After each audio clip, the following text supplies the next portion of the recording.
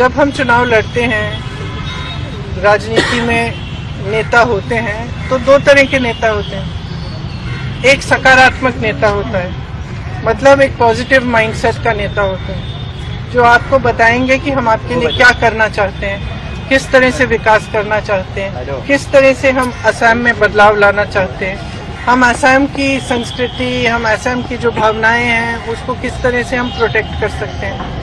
एक वो तरह की राजनीति होती है। और दूसरी ये होती है कि ध्रुवीकरण कराओ, एक दूसरे से लड़ाओ, किसी को एक दिन कोई गाली दे दो, किसी को दूसरे दिन किसी और को गाली दे दो, किसी के परिवार पर आक्रमण करो। तो ये हमारी राजनीति ना हुई है कभी और ना कभी होगी। और जिस तरह से गौरव जी और उनके परिवार पर आक्रमण हो रहा है, एक तरह से मुझे लगता है कि भारतीय राजनीति में और प्रदेश असम की राजनीति में एक मिसाल होना चाहिए कि ऐसी राजनीति गलत राजनीति है। किसी के बच्चों पे, किसी की परिवार पर इस तरह से वार नहीं होना चाहिए, और खास तौर से जब सारा गलत सारा झूठ है। और मेरे ख्याल से असम की जनता जानती है इन पे वार हो क्यों रहा है। वार इसलिए हो रहा है क्योंकि इनसे वो घबरा रहे हैं, क्योंकि वो घबरा रहे हैं ये देख के कि ये जो है एक सभ्य इंसान है, ये एक सकारात्मक इंसान है, ये एक दूसरी तरह की राजनीति लाना चाहते हैं जो एक्चुअली सच्चाई में असम की असली भावना है। देखो, अगर असम की जनता की असली भावना ये नहीं होती तो वो जुबिन गर्ग जैसे व्यक्ति से नहीं जुड़ती। जुबिन गर्ग जी ने हमेशा एकता की बात की, हमेशा प्यार की बात की, प्रेम की बात की, तो वो तो कोई भावना होगी ना जनता के दिल में। तो मेरे ख्याल से जनता भी इसको देख के कुछ हद तक ठीक है सुन लेगी, लेकिन उनको किसी को ये पसंद नहीं आएगी ये बात कि इस तरह की गलत बातें किसी के बारे में की जा रही है। मेरी सोच है और हमेशा ये सोच रही है कि ऐसी चीजों को हमें इन चीजों का राजनीतिक फायदा उठाने की कोशिश नहीं करनी चाहिए। क्योंकि ये एक भावना है। और कल भी मैंने बात की अपने कार्यकर्ताओं से कि जुबिन जी के जब उनकी मृत्यु हुई तो हम लोग जो असम के नहीं हैं, हमने जब देखा कि किस तरह से असम की जनता उनसे प्रेम करती है, किस तरह कितनी श्रद्धा थी, चाहे कोई भी परिवार का हो, माता पिता, बच्चे, बेटे बेटियां, भाई बहन, सबके आंखों में आंसू थे।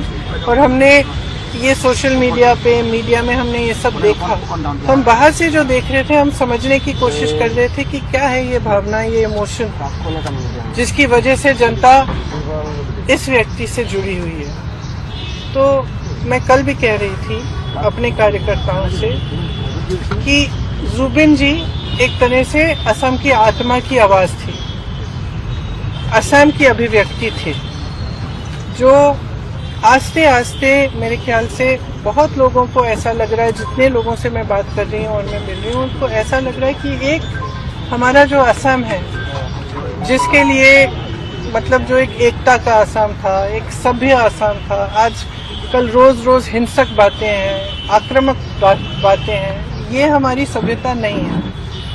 असम की जो सभ्यता है उसके बारे में गाया जुबिन जी ने। जो भी जितने भी उनके गाने थे अगर आप सुने, उसमें एक भी गाने में ये नहीं था कि इससे नफरत करो, ये तुम्हारा दुश्मन है, इसको मारो, नहीं था ये। हर गाने में, हर उनके जो वक्तव्य में यही बात थी कि प्रेम, एकता, असम की अस्मिता, असम की संस्कृति, असम की सभ्यता, असम क्या है। और मैं कल अपने कार्यकर्ताओं को कह रही थी कि देखो, हम भी उसी चीज के लिए लड़ रहे हैं। एक तरह से हमारी लड़ाई जो है असम की संस्कृति, असम की सभ्यता को बचाने की लड़ाई है। और हमें ये बात समझनी है, बस इसका हम जुबिन जी का इस्तेमाल, राजनीतिक इस्तेमाल नहीं करना चाहते और ना किसी को करना चाहिए।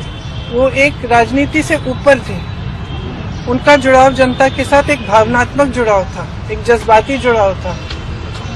वो पॉलिटिक्स में नहीं थे, ये नहीं थे कि सीएम बनने जा रहे हैं कि जनता उनसे किसी वजह से, पॉलिटिकल वजह से जुड़े।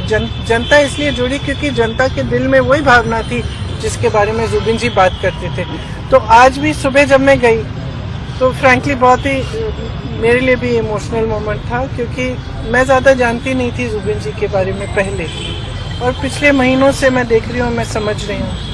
लेकिन जब मैं वहाँ गई तो मैंने देखा कि किसी ने उनके लिए कुछ जो उनको पसंद था, लोग वहाँ पे 1 बजे रात तक आ रहे हैं, कोई अगरबत्ती जला रहा है, कोई किताब छोड़ रहा है उनके लिए, कोई फूल छोड़ रहा है। तो उसमें ये मतलब इस तरह के व्यक्ति जिनके साथ लोग इस अपनी भावना से, अपने दिल से जुड़ते हैं ना, बहुत कम होते हैं और बहुत ही ज़्यादा स्पेशल होते हैं। और ये हमेशा सबके दिलों में, अब हम सब जानते हैं उनके बारे में, देश भर जानता है, तो सबके दिलों में ये एक पवित्र जगह होनी चाहिए। इसका इस्तेमाल नहीं होना चाहिए, इसको किसी भी नकारात्मक सेंटिमेंट से जोड़ना नहीं चाहिए।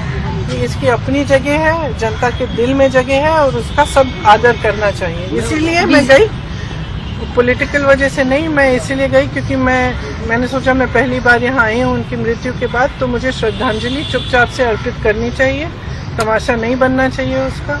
तो मेरी यही इच्छा थी। सीएम साहब से कहिए कि वो असम के विकास की बात करें, वो असम के लोगों की बात करें, वो बताएं कि क्या किया है असम के लोगों के लिए, वो बताएं कि किस तरह से अगले 5 सालों में क्या करने जा रहे हैं। आज का नौजवान है ना, वो जानना चाहता है, आज का नौजवान रोजगार चाहता है, आज की नौजवान महिला भी रोजगार चाहती है। आज की जो जनता है वो इतनी आसानी से इन बातों में से नहीं फुसलाई जाएगी। और मैं तो यही कहूंगी असम की जनता से कि आप जागरूक बन जाओ, खास तौर से नौजवानों से। आप एक ऐसी राजनीति चुनो जो आपके लिए काम करके दिखाए, जो काम की बात करे, पॉजिटिव बात करे, आपकी जो भावनाएं है उसकी बात करे, आपके असम को, आपके प्रदेश को मजबूत कैसे बनाना है वो बात करे।